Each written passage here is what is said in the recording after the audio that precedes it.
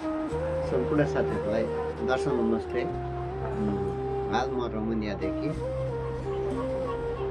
रोमानियामा अहिले एउटा समस्या बढ्दै गइरहेको छ, जुन नेपालबाट आउने साथीहरू र यो रोमानियाको लागि हुनेछ। विशेष गरेर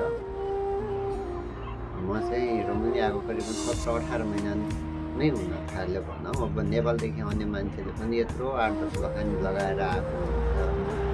रोमानिया आएर रोमानिया यता युरोपको बारेमा थाहा छैन, केही छैन, डकुमेन्टहरूको धेरै समस्या हुने गर्छ। त्यस्तै हामी आएको होटल सिजनल थियो, रेस्टुरेन्ट थियो। अब त्यहाँ 6-7 महिना जति काम गऱ्यौँ।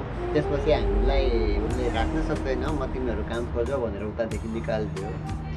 र हामी सँगै आएको साथीहरू कतिपय पोल्यान्डतिर गए, कतिपय बुकारेस्ट गए। हामी 2-3 जना चाहिँ नै कोस्टन्जामा काम गर्ने भनेर अर्को होटलमा आयौँ र त्यो होटलमा काम गर्दै गर्दाखेरि इलिगल भयो भनौँ न।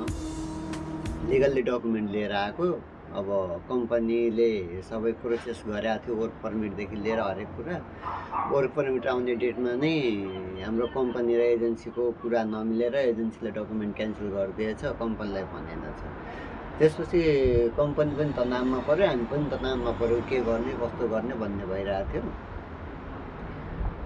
त्यति हुँदाहुँदै पनि पछि कम्पनीले एप्लाई गर्छु भनेर आश्वासन दिएको थियो र प्रोसेस गर्छु, करिब 90% हुन्छ भनेको छ एजेन्सीले। मैले राम्रो एजेन्सी भेटाएको छु भनेर सल्लाह गऱ्यो।